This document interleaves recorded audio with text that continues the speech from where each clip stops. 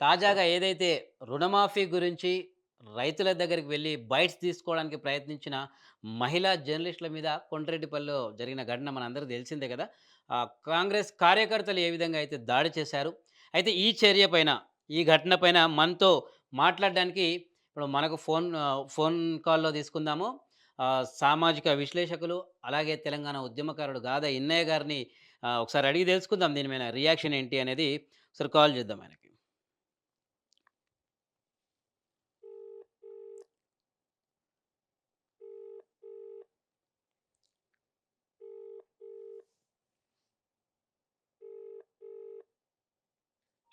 Hello! Hello! Sir నమస్తే sir. నేను journalist రమేష్‌ని. సరే. నమస్తే హ్మ్. రమేష్. అదే సార్, కొండారెడ్డిపల్లి ఏదైతే ఉందో, సీఎం రేవంత్ రెడ్డి సొంత గ్రామం. అక్కడికెళ్ళి రుణమాఫీ మీద ఒక డేటా కలెక్షన్ గావచ్చు, లేకపోతే చాలామందికి కాలేదంటున్నారు గదా! ఎంతవరకు నిజమని తెలుసుకునే ప్రయత్నం జేసిన జర్నలిస్ట్‌ల మీద కొంతమంది కాంగ్రెస్ సపోర్టర్స్ దాడి జేశారు. ఇది మీకు తెలిసే ఉండుంటది. నిన్న. అయితే దీని మీద ఎలా జూడాలి మనం? అంటే జర్నలిస్ట్‌ల పైన గూడంగా సామాన్యుల సమస్యలు దెలుసుకోవడానికి వెళ్తే, ఇలా దాడులు జేయడం అనేది ఏ సంస్కృతి? ఏంది కొత్తగా ఏం నేర్పుతున్నారు అనేది దీని మీద మీరెలా రియాక్ట్ అవుతారు? నిన్న ఆ! విజయ్ రెడ్డి మీద గాని, లేపోతే సరిత. ఆమె తెలుగు సరిత. ఇంకొక ఛానల్ తెలుగు సరిత మీద జరిగినటువంటి దాడిని అది ఒక మనుషులు చేసే దాడిగా చూడలేము. అదొక మానవ మృగాలు, మానవ పశువులు, మానవ జంతువులు గూడా అంటే జంతువులు గూడా కొంత విచక్షణతోటుంటాయి. కానీ ఈ మానవ మృగాలు ఎవరైతే ఉన్నారో వాళ్ళ పైశాచిక ఆనందం కోసం అక్కడ ఆ గ్రామానికి చెందినటువంటి రేవంత్ రెడ్డి కుటుంబ సభ్యులైన అకొండల్ రెడ్డో, రైట్. తిరుపతి రెడ్డో, లేకపోతే ఇంకా ఏ రెడ్డో ఎవరో వాళ్ళ యొక్క ఆ ఆ ఆనందం కోసం, వాళ్ళ యొక్క సంతోషం కోసం, వాళ్ళ మెప్పు కోసం చేసినటువంటి మానవ మృగాలు పైశాచిక ఆనందంలో చేసినట్టుగా కనపడతావు. ఎందుకంటే అక్కడ నేను ఆ వీడియోలన్నీ నిన్న నైటే చూసిన నేను. వాళ్ళక్కడ కెమెరాలని ఆడుకోవడం గాని, లోగోల పట్ల హ్మ్. లోగోలని ఇసిరేయడం గాని, విసిరేయడం. లేకపోతే ఆ సరిత అనే అమ్మాయిని విచక్షణ రహితంగా అంటే మనుషులు ఒక కన్న తల్లికి పుట్టినటువంటి ఎవ్వరు కూడా ఆ విధంగా ఆ పద్ధతిలో ఎట్లా పడితే అట్లా ఆమె మీద విచక్షణ రహితంగా ఆమె శరీర అంగాల మీద వాళ్ళు టచ్ చేయడం గాని ఇష్టం వచ్చిన రీతిలో ఒక ఒక పైశాచిక ఆనందం అనుకోవాలా. అదే సార్. ఆ విధంగా చేసినట్టుగానే దీన్ని భావించాల్సి ఉంటది. ఇప్పుడు జర్నలిజం అనేది ఒక వ్యవస్థలో నాలుగో పిల్లర్ గా ఉన్నటువంటి అదొక వ్యవస్థ. అదేదో ఏ పార్టీ కోసమో, ఏ నాయకుని కోసమో, ఎవరి పబ్బం గడపడానికి కోసమో, ఎవరి ప్రయోజనాల కోసమో నడిపేటువంటిది గాదు. హ్మ్. జర్నలిజం అంటేనే ఉన్నటువంటి సమాజంలో ఉన్నటువంటి భారత రాజ్యాంగం ప్రకారం కలిపి ఉన్నటువంటి 4 పిల్లర్లలో అదొక పిల్లర్ అది. Right sir. మరి అయిత్ అటువంటి వ్యవస్థలో ఉన్నటువంటి జర్నలిజంలో ఉన్నటువంటి వాళ్ళు అక్కడికి ఎందుకు పోయిండ్రు? ప్రభుత్వం ఏదైతే ఆగస్టు 15 లోపు మేము ప్రకటించిన ప్రకారము 31,000 కోట్ల రూపాయల యొక్క రుణమాఫీని మేము ఆల్రెడీ పూర్తి చేసినాము. ఇక రైతులందరూ సంతోషంగా ఉన్నారు. వాళ్ళు పాలాభిషేకాలు చేస్తా ఉన్నారు. వాళ్ళ ఆనందానికి అంతు లేదని వాళ్ళు చేస్తున్నటువంటి ప్రకటనల పైన ఒక విచారణ కోసం, ఒక సమీక్ష కోసం, ఒక రకమైనటువంటి పరిశీలన కోసం అది ఎక్కడనో ఎందుకు ముఖ్యమంత్రి గారి స్వయమాన వారి సొంత గ్రామంలోనే ఉన్నటువంటి రైతులు ఎంతమంది రుణమాఫీ పొందిండ్రో ఆ పొందిన వాళ్ళ యొక్క సంఖ్య ఏంటిది, పొందిన వాళ్ళు ఎవరు, పొందని వాళ్ళు ఎవరు, పొందలేకపోతే ఎందుకు పొందలేదు, కారణాలు ఏంటి అని తెలుసుకోవడం కోసం పోయినటువంటి ఇప్పుడు అదేమో భారత రాజ్యాంగం ప్రకారము భారతదేశ సరిహద్దుల్లో తెలంగాణ సరిహద్దుల్లో ఉన్నటువంటి అది ఒక గ్రామం అది. Right sir. దానికి ఏమి హ్మ్. అక్కడ 144 సెక్షన్ నిషేధ ఆంక్షలు అక్కడికి లేవు. ఎవరు పోవచ్చు, ఎవరు పోవద్దు. అదేమన్నా రేవంత్ రెడ్డి కుటుంబ సభ్యుల యొక్క జాగీరా అదేమన్నా? కాదు కదా! అవును సార్. హ్మ్. ఆ! అది ఎవరైనా పోవచ్చు, ఎక్కడికైనా ఎవరైనా పోవడానికి భారత రాజ్యాంగం ప్రకారము మనకు హక్కుంది. ప్రతి పౌరుడు ఈ దేశంలో ఎక్కడి నుంచి ఎక్కడికైనా పోయి ముఖ్యంగా జర్నలిస్టులు అనేవాళ్ళు వాళ్ళ జర్నలిజం అంటేనే ఇన్వెస్టిగేటివ్ జర్నలిజం. ఇన్వెస్టిగేషన్ చేయడమే జర్నలిజం. జర్నలిస్ట్ యొక్క బాధ్యత. హ్మ్. నాయకులు చెప్పింది, పాలకులు చెప్పింది, మంత్రులు చెప్పింది, ఎమ్మెల్యేలు చెప్పింది ప్రసారాలు చేసేదాన్ని జర్నలిజం అనరు. దాంట్లో రైట్. నిజానిజాలను తెలుసుకొని, వాస్తవాలను తెలుసుకొని ప్రచారం చేయడాన్నే జర్నలిజం అంటారు. జర్నలిజం అంటేనే ఇన్వెస్టిగేషన్. అదే సార్. అయితే ఇక్కడ ఏంటంటే మామూలుగా ఇప్పుడు సరే వాళ్ళు ఎంత అభిమానులైనా గానీ, ఏదో వేరే పార్టీ వచ్చి అక్కడ ఏదైనా ప్రచారం చేస్తే కాస్త గొడవ పడ్డరా, లేకపోతే అబ్జెక్షన్ చేసిర్రా అది వేరే. కానీ ప్రజల సమస్యలు అందులో రుణమాఫీ, రైతులు రోడ్ల మీదకొస్తుర్రు అనే దానికి గూడంగా పర్మిషన్ కావాలనడమే ఇది కొత్తగా వినిపిస్తోంది. అంటే వాళ్ళు అది వాళ్ళ జాగీర్ అనుకుంటాను కాబట్టి పర్మిషన్ అనుకుంటాండ్రు. అది వాళ్ళ మనము గతంలో భారతదేశంలో బ్రిటిష్ వాళ్ళకు ఉన్నప్పుడు సంస్థానాలు ఉండేవి. ఒక సంస్థానంలోకి ఇంకొక హ్మ్. సంస్థానాల్లో లేకపోతే ఇంకొక సంస్థాన దిశలో వాళ్ళు రావాలంటే అనుమతులు కావాలా ఎన్నెన్నో ఉండేది. కానీ ఇప్పుడు మరి భారతదేశానికి స్వాతంత్రం వచ్చిందని చెప్తున్నారు. భారత రాజ్యాంగం ఉందని చెప్తున్నారు. భారత హ్మ్. ప్రజాస్వామ్యం ఉందని చెప్తున్నారు. అనేక వ్యవస్థలు ఉన్నాయని చెప్తున్నారు. మరి చెప్తున్నటువంటి ఈ తెలంగాణలో ఈ దేశంలో మరి ఎవరు అనుమతి ఇవ్వాలి? రేవంత్ రెడ్డి ఇయ్యాలనా? కొండల రెడ్డి ఇయ్యాలనా? తిరుపతి రెడ్డి ఇయ్యాలనా? ఆ ఆయన ఎవరు? ఆయన ఆయన ఇంటి పేరేంది? ఎ ఆహ్, యనమల. హ్మ్. అనుముల. ఆ! ఆ హనుమల అనుముల. హనుమల హనుమల ఏమన్నా ఫర్మానా జారీ చేసిందా? హ్మ్. హనుమల జాగీరా ఇదేమన్నా? జాగీర్లు పోయినాయి, సంస్థానాలు పోయినాయి, రాజులు పోయిండ్రు, రాజ్యాలు పోయినాయి. రాజ్యాలు పోయినయి. ఇంకా మరి మా హనుమల రాజ్యం ఇది అనేమన్నా అందరి నోర్లు గుట్టేసి కళ్ళ గంతలు కట్టి చెవులలో సీసం పోతారా? మరి అక్కడ మాట్లాడిన వాళ్ళు అక్కడ మాట్లాడింది గ్రామ ప్రజలే. అవును. వీడియోల్లో వాళ్ళు రాని వాళ్ళందరూ మాట్లాడిండ్రు, వచ్చిన వాళ్ళు కూడా మాట్లాడిండ్రు. వచ్చిన వాళ్ళ వీడియో ఉంది. అట్లే రాని వాళ్ళవి కూడా ఉంది. అది టెలికాస్ట్ చేస్తే నీకెందుకు బాధ? అ నీకెందుకంత భయం? అంటే సార్ నీకెందుకంత ఇప్పుడు, గుబులు? ఇప్పుడు జర్నలిస్ట్‌లొచ్చి అడిగిర్రు గాబట్టి, సరే వీళ్ళను తన్ని తరిమేసిర్రు, లేకపోతే కొట్లాడిర్రు అది ఇదనని వాళ్ళు ఒక ఫీలింగ్‌లో ఉన్నారు. మరి సొంత గ్రామస్తులను ఏం జేస్తారు? అంటే ఏమనుకోవాలి మనం? ఇప్పుడు నాకు రాలేదు అని జెప్పిన ఆ గ్రామస్తుడిని మిగిలిస్తారనే ఆ సందేహం అయితే మనకు క కలుగుతది గదా! వాళ్ళని వెలివేస్తారు కావచ్చు. గ్రామ బహిష్కరణ చేస్తారు. కుల బహిష్కరణ మనం చూస్తాం, కుల బహిష్కరణలు, గ్రామ అవు. బహిష్కరణ గతంలో. మరి అవును. ఇప్పుడు దొరలు, భూస్వాములు ఉన్నప్పుడు ఎట్లనైతే ఉండేనో మరి ఇప్పుడు కూడా వీళ్ళు మరి వాళ్ళని ఏమన్నా నిజంగా కూడా వాళ్ళందరూ కూడా ఇప్పుడు అక్కడికి పోయినటువంటి 2 మీడియా ఛానళ్ళు ఇప్పుడు వాళ్ళ ప్రాణాలను మీరే కాపాడాలా.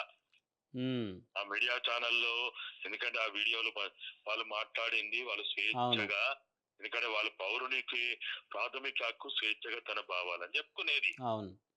పౌరుని ప్రాథమిక హక్కు అది. అవును సార్. హ్మ్. నువ్వు సబ్సిడీలు ఇస్తావా? పెన్షన్లు ఇస్తావా?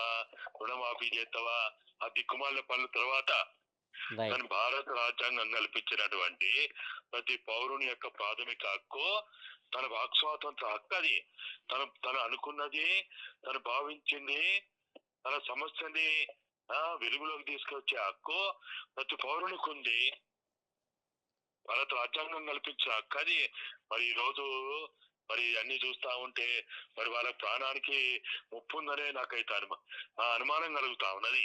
నిజమే సార్. ఎందుకంటే మీడియా మామూలుగా ఎప్పుడూ ఇటువంటి పరిస్థితి చూడలే. అంటే మీడియా మీదకి ఒక పార్టీకి సంబంధించిన అభిమానులు అని చెప్పుకునే వాళ్ళు మీడియా మీదకి తిరగబడడం ఏందనేది చూడలేదు. అందులో మీడియా మీదనే ఇలా ఉంటే సామాన్య ప్రజలు వాళ్ళు పేదలు రుణమాఫీ కోసము అంటే గవర్నమెంట్ ఒక హెల్ప్ చేస్తే మా పూట గడుస్తది అనుకునే అట్లాంటి వాళ్ళ మీద వీళ్ళు ఎంత ప్రతాపం చూపించొచ్చు అనేదే ఇప్పుడు భయం. ఒక సందేహము, భయం. ఇప్పుడు రౌడీలు లేకపోతే గ్యాంగ్స్టర్లు లేకపోతే వీళ్ళు చెప్తున్నటువంటి హ్మ్. దేశద్రోహులు కూడా ఇట్లా చేయరు. అదే సార్. అదే నాకైతే రైట్. మానవ మృగాలు అనిపిస్తున్నది. సరే నాకు నాకు ఇవన్నీ చూసిన తర్వాత తెలంగాణ వాది గాని, హ్మ్. తెలంగాణ బిడ్డ గాని ఆ! ఈ గడ్డ మీద పుట్టినోడు ఎవడు ఇట్లా చేయడు. ఇది చంద్రబాబు నాయుడు యొక్క నయా రజాకార్ల సైన్యం ఇది. చంద్రబాబు నాయుడు ఆనందం కోసం పనిచేస్తున్న రేవంత్ రెడ్డి యొక్క హ్మ్. నయా రజాకార్ల సైన్యం ఇది.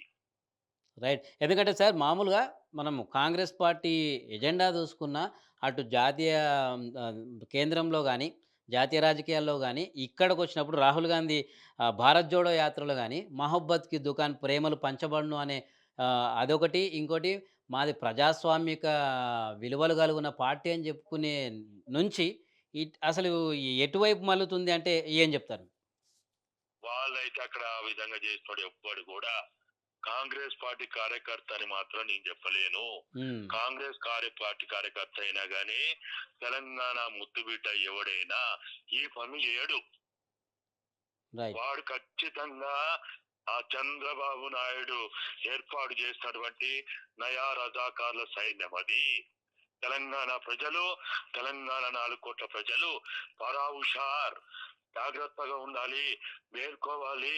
చంద్రబాబు నాయుడు యొక్క నయా రజాకార్ల సైన్యము తెలంగాణ పైన దాడికి పూనుకుంటున్నది. కాబట్టి అందరం మేల్కోవాలి.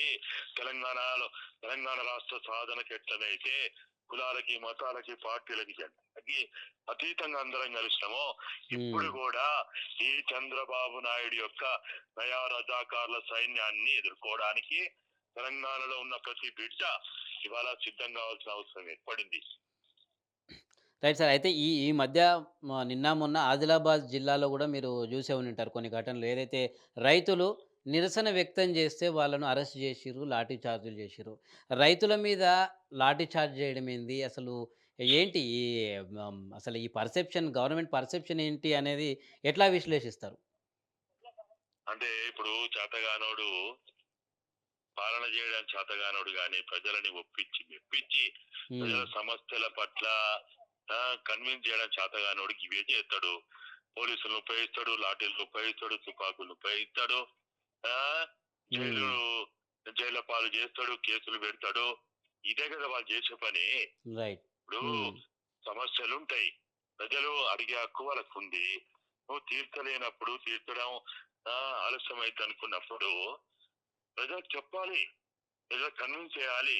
ప్రజలను ఒప్పించి, మెప్పించి ఆహ్, ప్రజలని తనతో పాటు పాలనలో భాగస్వాములను చేయాలి గానీ, నేను కేసులు పెడతా, పోలీసులు ప్రయోగిస్తా, లాఠీలు, తూటాలు ప్రయోగిస్తా, బాష్పాలు ప్రయోగిస్తా అంటే అట్లా ప్రయోగించినోళ్ళు ఎన్ని రోజులున్నారు? కాలగర్భంలో గడిచిపోతారు. అదే సారు. ఎక్కడైతే మామూలుగా ఇంతకుముందు ఉన్న ప్రగతి భవన్ పేరు మార్చి, దాన్ని ప్రజాభవన్ అని జేసి, ఆ ఒక్క దగ్గర కంచెలు తీసేసిర్రు తప్ప, నాకు తెలిసి తెలంగాణ రాష్ట్రంలో అంతర్గతంగా మనకు కనిపించని కంచెలైతే ఉన్నాయా అని అనిపిస్తుంది. మీరేమంటారు? ఖచ్చితంగా ఇటువంటియన్నీ గూడా ఈ పాలకులు వాళ్ళు ప్రజాస్వామ్యాన్ని, రాజ్యాంగాన్ని నమ్ముకోలేదు. పోలీసులని, లాఠీలని, తూటాలని, జైళ్ళని నమ్ముకున్నారు గాబట్టే వాళ్ళు ఈ హ్మ్. విధంగా జేస్తున్నారు. ఇది ఎల్లకాలం జేయలేరు. ఏ పాలకుడైనా, ఏ పార్టీ అయినా, ఏ ముఖ్యమంత్రి అయినా, ఏ ప్రధానమంత్రి అయినా ఇట్లా జేస్తున్నోళ్ళెవ్వరు గూడా ఈ దేశంలో ఎవరు మనుగడ సాధించలేరు. వీళ్ళు గూడా ఏదో కొంతకాలం ఏదో వాళ్ళకి ఏదో కొద్ది రోజులు ఏదో అమావాస్య ఉన్నట్టు, పౌర్ణమి ఉన్నట్టు, ఏదో శీతాకాలం, ఎండాకాలం, వానాకాలం ఉన్నట్టు ఏదో కొద్ది రోజులు వాళ్ళకి అనుకూలంగా ఉంటదేమో గాని ఎన్ని రోజులు ఉంటది? గతంలో హ్మ్. సంవత్సరాలు పట్టింది. ఇప్పుడు సంవత్సరాలు కూడా పట్టదు. అవును సార్. హ్మ్. కొద్ది రోజుల్లోనే ప్రజలు రోడ్లెక్కుతారు. ప్రజలు తిరుగుబాటు చేస్తారు. ఎవ్వరి అరే నిజామునే తన్ని తరిమినటువంటి గడ్డ ఇది. నిజాముని మించినోళ్ళ వీళ్ళు? వీళ్ళు నిజాం కాలి కోడికి సరిపోరు వీళ్ళు. నిజాము విదేశాలకు అప్పులు ఇచ్చిండు. ఈ హ్మ్. దిక్కుమాలినోళ్ళు విదేశాలకు పోయి ప్రపంచ బ్యాంకు వాళ్ళ దగ్గర కాలు మొక్కి, ఏలు మొక్కి, కాలు పిసికి, ఏలు పిసికి సంకలు నాకినటువంటి మూతి ముట్టి కడిగినటువంటి వాళ్ళు వీళ్ళు. వీళ్ళెంత వీళ్ళు? దేయ్యని హ్మ్. దేయ్యని దేశాలంట బట్టి అప్పులు తెచ్చేటోళ్ళు వీళ్ళు పేద తురుంకాన్లా? వీళ్ళు ఎంతటోళ్ళు వీళ్ళు? చాలా చిన్నోళ్ళు. నిజాం అంతటోన్నే తరిమినటువంటి గడ్డ ఇది. హ్మ్. కాబట్టి ఇక్కడ ఎవ్వడు కూడా నిరంకుశత్వాన్ని నమ్ముకున్నోళ్ళు, అప్రజాస్వామ్యాన్ని నమ్ముకున్నోళ్ళు, జైళ్ళని, పోలీసుల్ని, తూటాలని, తుపాకుల్ని నమ్ముకున్నోళ్ళు ఎవ్వరు కూడా బతికి బట్టగట్టలేరు. అది సాధ్యం కాని పని. చరిత్ర ఇది. నేనేదో కొత్తగా చెప్తలేను. అదే సార్. అదే. సరే ఇంకా ముఖ్యంగా మన చరిత్ర తెలంగాణ నేపథ్యం తీసుకుంటే ఉద్యమాల గడ్డనే ఇది. అవును. పుట్టిన పిల్లాడి నుంచి చదువుకునేవాడు లేదా నిరుద్యోగి అయినా, ఉద్యోగం రావాలన్నా, ఆఖరికి రైతయినా, సాయుధ పోరాటంలో పాల్గొన్న వాళ్ళైనా, మీలాంటి మేధావులైనా ఎవరైనా సరే ఉద్యమంతోనే మనం రాష్ట్రం సిద్ధించుకున్నాం. సబ్బండ వర్గాలు గూడా ఉద్యమంలో పాల్గొన్నాయి. అయితే ఈ నేపథ్యంలో ఈ మీరు మీ దృష్టికొచ్చే ఉండుంటది. మీరు చూసే ఉండుంటారు. ఏదైతే మనము ఇప్పుడు సచివాలయం కట్టుకున్నామో, ఆ అమరజ్యోతిని పెట్టుకున్నాము. ఆ మధ్యలో ఈ రాజీవ్ గాంధీ విగ్రహం భారత మాజీ ప్రధాని రాజీవ్ గాంధీ విగ్రహం పెట్టడం మీద మీరు దాన్ని ఏ కోణంలో చూడాలి మనము? అసలు దాని నేపథ్యం ఏమనుకోవాలి మనం? వాళ్ళ బుద్ధి లేనోళ్ళు గాని వాళ్ళు పెట్టదలుచుకుంటే ఫస్ట్ ఏఐసిసి కేంద్ర కార్యాలయంలో అశోక అశోక రోడ్ లో ఉన్న హ్మ్. ఏఐసిసి కార్యాలయంలో పెట్టమనండి, గాంధీ భవన్ లో పెట్టమనండి. ఈ దేశంలో ఉన్న ఆ 28, 29 రాష్ట్రాల్లో ఏ ఏ రాష్ట్రంలో ఉన్న గాంధీ భవన్ లో రాజీవ్ గాంధీ విగ్రహం ఉంది? రైట్. అవును. ఫస్ట్ అక్కడ పెట్టుకోవాలి వాళ్ళు. రైట్. వాళ్ళు గాంధీ భవన్. పెట్టదలుచుకుంటే వాళ్ళ కార్యాలయాల్లో పెట్టుకోవాలి. నేనైతే అశోక రోడ్ లో ఉన్న, ఢిల్లీలో అశోక రోడ్ లో ఉన్న ఏఐసిసి కార్యాలయంలో కూడా నేను చూసినా గానీ అక్కడ కూడా రాజీవ్ గాంధీ విగ్రహం లేదు. వీళ్ళకి ఏమైనా చిక్కుంటే, శరం ఉంటే, ఏమైనా విలువలుంటే, రాజీవ్ గాంధీ మీద నిజంగా ప్రేమ ఉంటే ఫస్ట్ హైదరాబాద్ లో గాంధీ భవన్ పెట్టుకోమనండి. హ్మ్. ప్రభుత్వ కార్యాలయాలు ఎప్పుడు కూడా ఏ పార్టీకి వంత వాడేది కాదు. యెస్ ప్రభుత్వ సార్. కార్యాలయాలన్నీ కూడా అది ప్రజల సొమ్ము, ప్రజల ఆస్తి, పార్టీలకి, జెండాలకి, రాజకీయాలకు అతీతంగా ఉండేటువంటి కార్యాలయాలు. అది హ్మ్. సెక్రటరియట్ అయినా, జిల్లా కలెక్టర్ ఆఫీస్ అయినా, అవును. ఏదైనా గానీ, అది పోలీస్ స్టేషన్లు అయినా, ఎంఆర్ఓ, ఎంపీడీఓ, తహసీల్దార్, ఆర్డీఓ ఏదైనా కానీ ప్రభుత్వ కార్యాలయం అంటే రాజకీయాలకి, పార్టీలకి, జెండాలకి అతీతంగా ఉండేటువంటి హ్మ్. అన్ని పార్టీల వాళ్ళు ఆ కార్యాలయాల్లో వాళ్ళ సమస్యలు పరిష్కరించుకోవచ్చు. సెక్రటరియట్ ఏ ఒక్క పార్టీ ఉంది కాదు. Yes sir. అది కట్టిన బీఆర్ఎస్ ఉంది కాదు. అవును. ఇప్పుడు పాలనలో ఉన్న కాంగ్రెస్ ఉంది కాదు. అది అది ప్రజల ఆస్తి. అది కేవలం వీరి హయాంలో అని మాత్రమే చెప్పుకోవడానికి తప్ప. అంతే అంతే. మరి. అది వాళ్ళది కాదు. మన వా- ప్రజలది. వాళ్ళకి వాళ్ళకి ఏర్పాటు చేసినటువంటి వాళ్ళ కార్యాలయం, వాళ్ళ ఆఫీసు, వాళ్ళకి ముఖ్యమంత్రిగా ఉన్నంత కాలము దాంట్లో ముఖ్యమంత్రి కార్యాలయంలో పోయి ఆ కుర్చీలో కూర్చొని పాలన చేయడానికి వీళ్ళు ప్రజల జీతగాండ్లు. హ్మ్. ప్రజలు ఏర్పాటు చేసుకున్న ప్రజాప్రతినిధులు అంటే ప్రజలు ఏర్పాటు చేసుకున్న జీతగాండ్లు వాళ్ళు. Right sir. కాబట్టి అండ్ కార్యాలయాలని పార్టీ కార్యాలయాలు చేయొద్దు. వాళ్ళ పార్టీ సంబంధించిన నాయకుల విగ్రహాలు పెట్టడానికి కాదు. Okay sir. Okay sir. And దీని మీద మరింత ముందు మనము విశ్లేషించుకుందాం సార్. వీలైతే ఇంకా ప్రత్యక్షంగా గూడంగా మీ సమయం మాకు కేటాయించినందుకు thank you sir. Thank you sir. Vinay గారు. Thank you. Right. Thank you. Right. సామాజిక విశ్లేషకులు, అలాగే తెలంగాణ ఉద్యమంలో ఉద్యమకారుడు గూడంగా ఆయన గాదయ్యన్నయ్య చూసారు గదా! అంటే ప్రభుత్వాలు ప్రజల కోసమే ఉన్నాయి తప్ప, వాళ్ళ వ్యక్తిగత లాభాలకు గాదు, దేనికి గాదు. ఇంకోటి ముఖ్యంగా మీడియాపై దాడిని గూడంగా ఈ ఇన్నయ్య గారే గాదు, చాలా వరకు చాలామంది ఖండిస్తా ఉన్నారు. అలాగే ప్రజలు గూడా ఒకసారి ఆలోచించాలి. అంటే మనం ఎవరిని విమర్శిస్తున్నాము? ఎవరిని ఖండిస్తున్నాము? అసలు ఎవరి మీదకి తిరుగుబాటు జేస్తున్నాము? ఎవరు ప్రశ్నించేవాళ్ళు? ఎవరు ప్రజల గొంతు అనేది గూడంగా తెలుసుకుంటారని కూడా మనవి చేసుకుంటున్నాను. Thank you.